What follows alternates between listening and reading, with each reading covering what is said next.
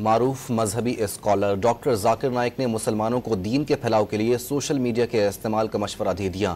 کہا کہ مسلمان انٹرٹینمنٹ میڈیا میں تو بہت ماہر ہو چکے ہیں مگر اسلامک میڈیا کے ذریعے اللہ کا پیغام پہنچانے میں بہت کمزور ہیں۔ تفصیلات دیکھیے اس رپورٹ میں۔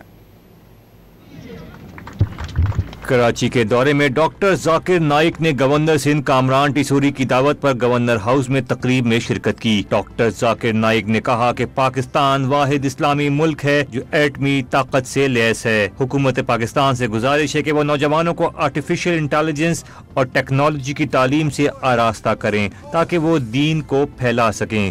ہم مسلمان کو علم حاصل کرنا چاہیے کہ کس طریقے سے ہم سوشل میڈیا کو استعمال کر سکے ہمارے دین کو پھیلانے کے لیے۔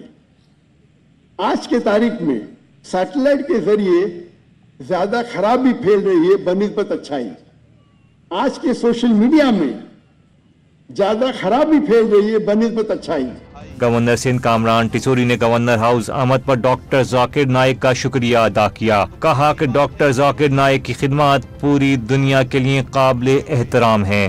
اس سندھ کی جو صوفیاؤں کی دھرتی ہے اور جہاں اس شہر کی معیشت کا ہب یہ شہر کراچی، جہاں ڈاکٹر ذاکر نائک صاحب تشریف لا رہے ہیں، تو تمام ہی مکاتب فکر کے لوگوں کو بات چیت کی جائے، تمام اقلیتوں کے لوگوں سے بات کی جائے۔